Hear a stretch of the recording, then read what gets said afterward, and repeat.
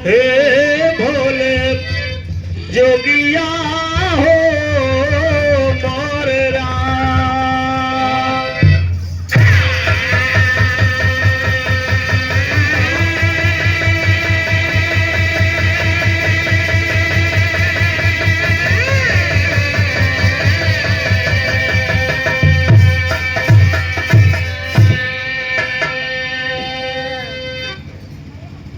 माई के भजन हो गई, धुन तराना भी हो गई,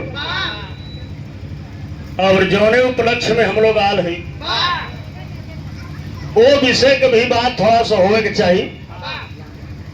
एकरे बाद तो फिर गाना का लाइन जैसे भी होत रही चलत रही। अरे वाह, बताओ ना ये धरती पर इंसान आवेलन, जन्म जब आदमी लेला, आदमी हो चाहे औरत, लड़का हो चाहे लड़की, जब ओकर जन्म होला तो लोग बतावलन कि बेटवा पैदा होला हो। तो हम बताइला कि 7 दिन में इंसान पैदा होला। जिया लाल, इंसान 7 दिन में पैदा होला, 7 दिन में मर जाला। तब तुम्हारे बाबू कैसे कितना मर गई ना? तोरे मतिन बख्शियोत आदमी रही तब हमसे सवाल करी। सब का एक ना तो मरला, मरे के एक दिन में सब मराना। लेकिन हम हमारे कहे का मतलब समझा, 1 महीना में 30 दिन लोग गिनलन की अतवार से गिनिया तो अतवार, सोमवार, मंगल, बुध, बीफर, शुक्र, शनिचर, फिर आई फिर अतवार आई। तो यही 7 दिनवा में पैदा होएंगे, यही 7 दिनवा में मरू जाएंगे। अलग से 8वां दिन आवाला यही मारे तो से काली लोरी भैया के पढ़ लो। हम जाने मलमास वलमास ए भैया तो बताओ जरा भैया, बहुत जे ये धरती पर बहुत जे बनाए क्या आवेला, जेकर भाग्य जेकर सब कुछ अगर संग दे बाबा ते धरती पर अगर जे बनाए क्या आवेला तो लोग बतावलन कि भैया बहुत इनकर बनल रही है, बहुत चलल रही है, एकरे नाते इतनी भीड़ इतना मजमा लगल बा। तो जे बड़ा बनौले रहा वही के भाग्य से कफन मिलेला, जे बहुत बनौले रहा वही के नसीब से कफन मिलेला। जे तनखो के तो बिगड़ले रही बाबू तो के कफन नसीब ना होला। सीटी ना भैया तो कहना है मास्टर साहब भैया आवा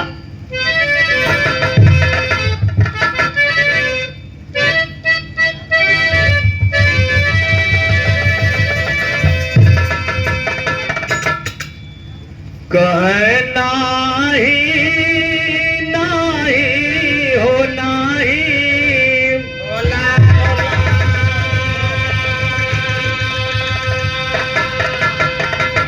कहना ही लगी बहाना नैहर नगर नसाई हो अपने संग जाई अंतिम बारी कफन।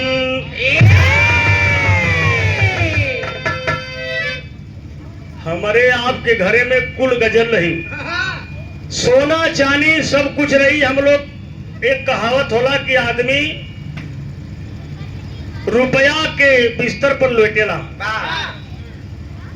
चांदी के थाली में खाना खाना। हम ये जानना चाहता कि मर गए के बाद वो चांदी वाली थाली लेके जाई या उस सोने वाली खटिया लेके जाई या रुपया वाली खटिया बिस्तरा लेके जाई, संगे कुछ जाए वाला खाली एक चीज जाई, जे बहुत बनौले रही वही के संगे एक ठे कफन जाई और बाकी जाए वाला कुछ ना। तो कहना बा भैया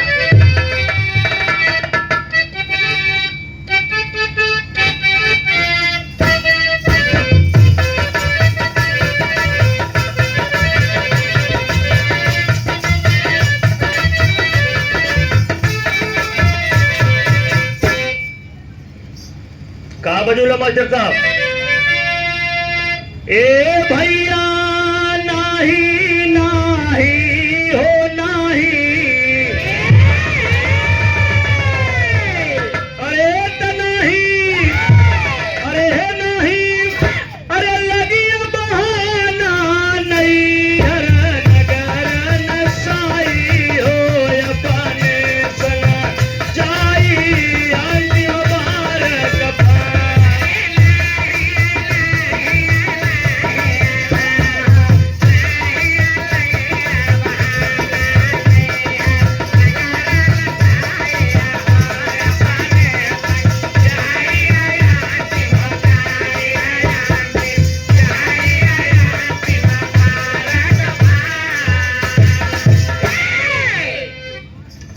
है प्रसंग लिखलन।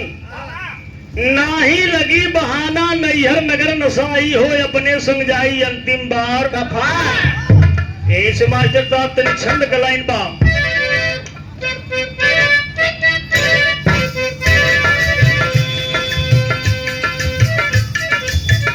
कहे नैन नीर गिरे न सवे, मर गईले के बाद हमार माई मर गई, हमार बाबू मर गई, हमार भैया मर गए, हमार भौजी मर गई। मरला के बाद में वो माटी के लगे गईला के बाद क्यों पैर पकड़ के रोवा था, क्यों हाथ पकड़ के रोवा था। और रोवा कैसे हो? कहे नैन नीर गिरे न सवे, तनवा न रही लो मंगाए कफन, नचना कुदना निकल जवाना, वही है सपना का सजाए कफन, नहीं चैन लिए न मनैन लिए, मन मौन लिए दौड़ाए कफन, नहीं नेह रही कन में तनिको, नहीं नेह रही कन में तनिको, नमा मन की व्यथा से बधा है कफन।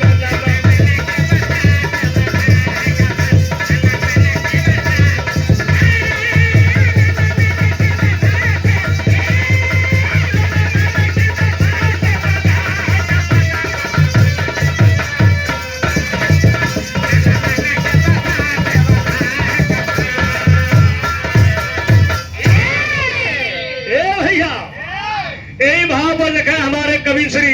कहना हो नाही नेह रही तन में तनिको, नम मन की व्यथा से बधा है कफन। मर गिला के बाद में हित नाथ गांव पूर सब जुटेला, सब लोग जुटी, सब लोग आई भैया। अइला के बाद में कोई जिंदा करे वाला ना हो।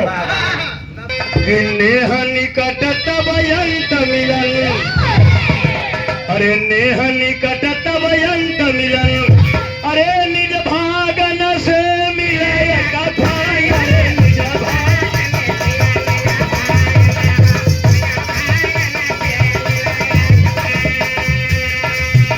अरे नैन नैन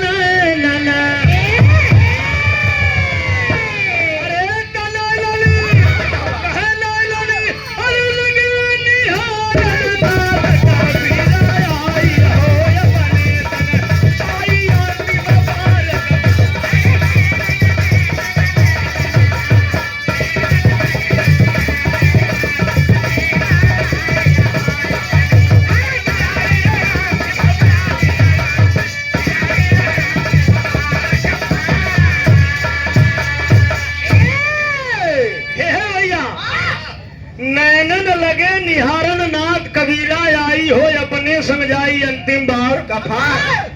मर गईले के बाद हितनाथ गांव पूर संगी साथी सब लोग जुटेला।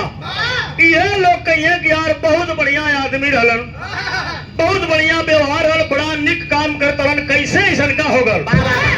तो कबीर जी लिखलन कि वो माटी के देखने के बाद यानी जो मृत शरीर है, शरीर मरती है, आत्मा कभी मरती नहीं है।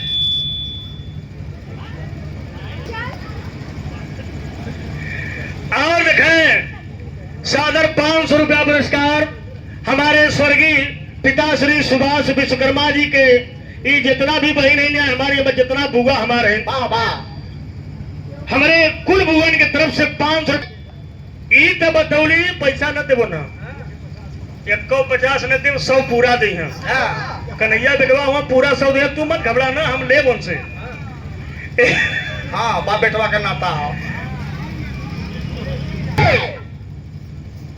कहे ना हो जे बड़ा बाजार बनोले ना ओकरे बदे ई कुल होला तन्नी से जे ये समाज से ये दुनियादारी से गांवपुर से हित नात से जे रिश्ता तई से मोड़ेला तो जे तनी से बिगड़ले रहाला जानेला ओकर का हाल होला कहना हो भैया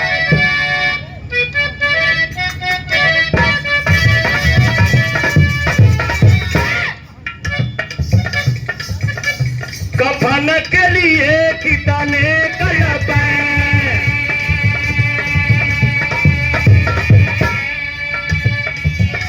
कफन के लिए कितने कलपे कितने भटकैल कफन के लिए कफन के लिए करुणा करके साप्या दिल खैर कफन के लिए कफन कर लिए कफन भी दिए हरिश्चंद्र रुके हैं कफन के लिए अरे कफन के लिए अरे कफन के लिए अरे करुणा करी के करुणा निधि आए कफन के लिए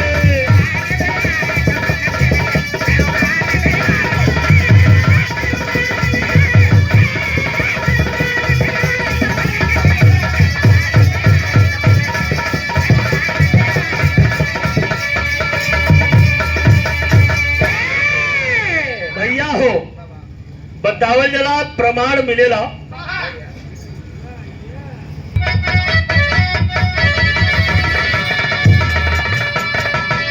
बात तो समझ के बाद जौने टाइम बतावल गल राजा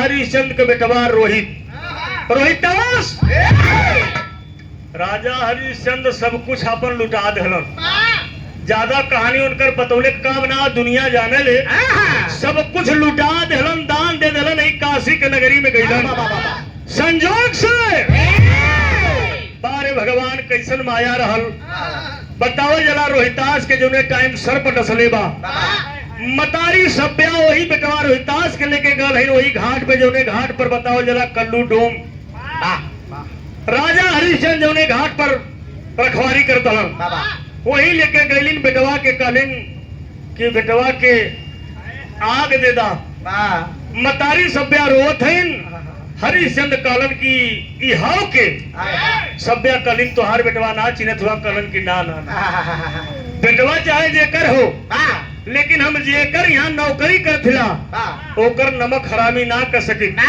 हमके कर चाहिए कर में जौन कुछ भी तोरे पास हो दे दा ओकरे बाद तो हम आग दे दे तो कफन लिए प्रगटे कृपाल कफन बिन राजा रानी लाल कहना है भैया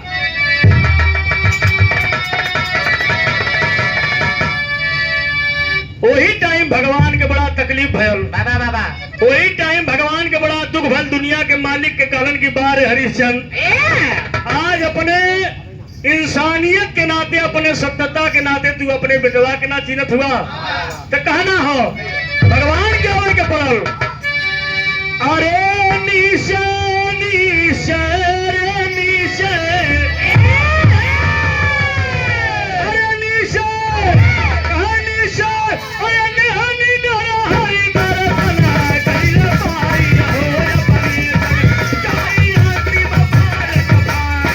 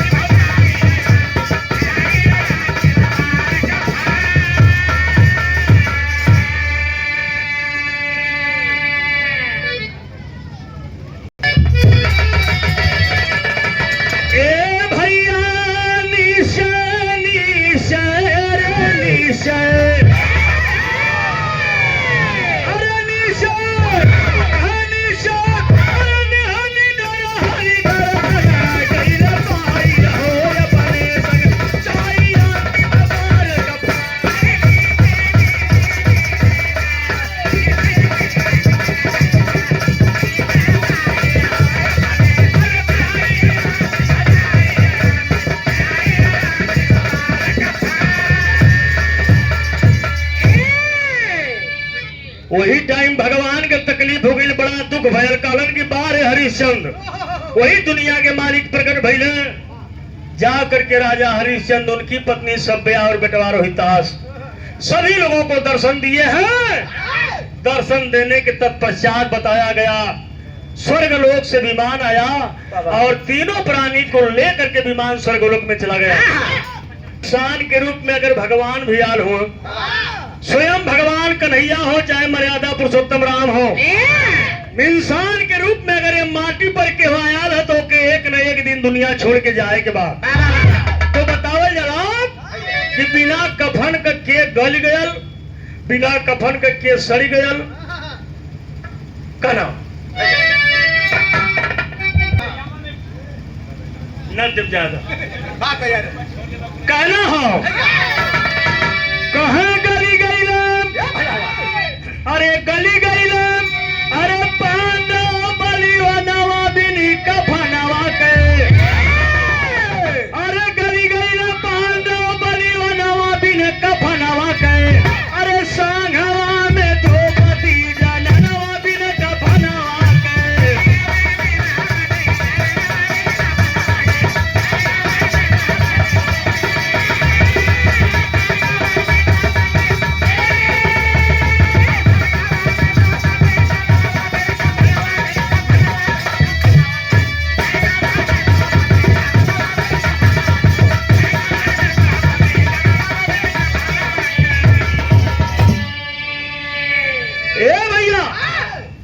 गली गई पांडव बलिवनवा बिन कफनवा कर, संघवा में द्रौपदी जननवा बिन कफनवा का महाभारत की लड़ाई समाप्त हुई।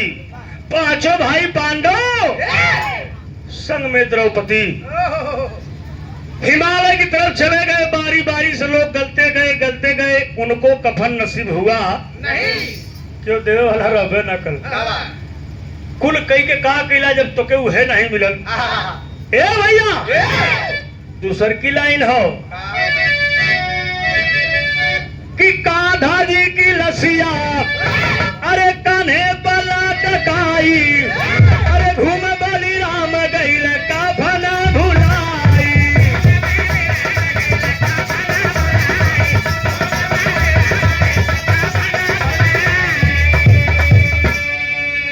अरे घूम बली राम, अरे घूम कफनवा के, कहे गल गल गिरे मोहन जी कनवा बिन कफनवा के। भगवान यदुवंश हंस के बताया गया मर्यादा मुरली मनोहर भगवान कृष्ण कन्हैया मर गए, मर गई। मुसहर मार दलस। अरे बारे मुसहर बारे जियालाल ए वाह जियालाल का साड़ू हुआ, जितना काटता उतना कमेंट करा। अरे वाह एक महेलिया पथी भगवान कन्हैया को बाण मार दिया। महाभारत की लड़ाई समाप्त हुई। भगवान कन्हैया एकदम स्वतंत्र हो गए। जा करके बताया गया कि बियावान जंगल में एक बट यानी पेड़ वृक्ष के नीचे बैठ करके भगवान कन्हैया पैर पर पैर चढ़ा करके आराम कर रहे थे। उनके पैर के तारू में चक्र था, चक्र चल रहा था। किसी बधिक ने देखा, सोचा कि कोई मृग है, उसकी आंख नाच रही है, चला दिया बाण। बाबूजी बताया गया इंसान के रूप में भगवान कन्हैया मुरली मनोहर माधव इस दुनिया से अलविदा हो गए। तो कान्हा जी की रसिया कान्हे पर लटकाई, घूमे बलिराम गईला कफन भुलाई। घूमे बलिराम ने बिरनवा बिन कफनवा का, गलगल गिरे मोहन जी का तनवा बिन कफनवा। वह बलराम जेकर नाम बलदाऊ पता बोलन कि हमार भैया कन्हैया मर गईलन, भगवान कृष्ण मर गईलन। दौड़ल गईला जाके कान्हे को उठौना खाली भेंट करावे में, उनसे भेंट करावे में कि तई देखा हो भगवान मर गईलन, तई देखा हो भगवान मर गईलन। यह करे में कफनवा भगवान के देगा ना के ना, वही कन्हवे पर लसिया धीरे धीरे सड़ के गले लगल, गल गल के गिरा लगल। तो तीसरी लाइन के बात हो, अरे राजा कहे सगार के अरे ललनवा 60,000 हो अरे काबिल मुनि नेत्र यागिया से ढल जार हो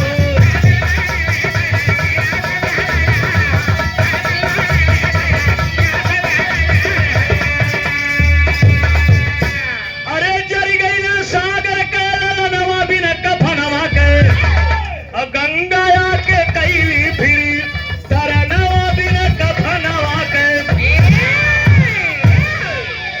भैया हो राजा सगर के 60,000 बेटवा तन्नी से गलती भई लाल तन्नी से गलती भई लाल बताओ जरा वो गलती का परिणाम कहाँ मिला 60,000 लड़का कपिल मुनि खाली बान अखिया खोल देला अब कुल लड़का 60,000 जर के भस्म हो गई ना उन्हों के कफन मिलल उलल तो उनकर बतावल जला उनके बाद वाला जे आयल अपने पुरखा पुरनियन के तारन तार करे बदे बतावल जला भगीरथ भगवान भोलेनाथ का आराधना के लिए माई गंगा का वाहन के न तो ले करके वही गंगा जी के चलल हुआ बताओ जरा 60,000 पुरखन का तारन तार करो ना और बताओ जला काशी के नगरी से होते हुए कैसे कैसे माई गंगा गई केकर केकर तारन तार करत ऊपर दिया काफन ओढ़ाई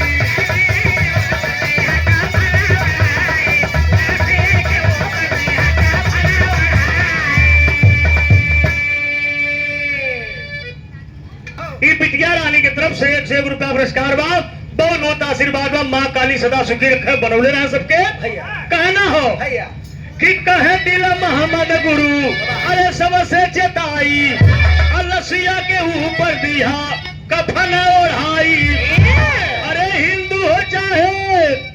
हिंदू हो या चाहे मुसलमानवा बिन कफनवा के अलसिया जी ने भेजवाया ऐसा मसनवा बिन कफनवा के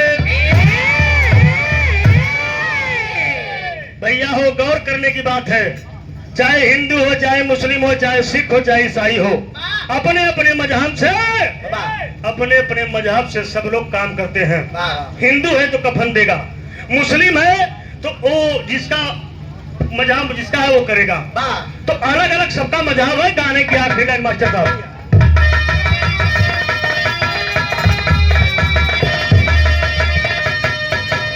कहे निशा दिन निशा दिन निशा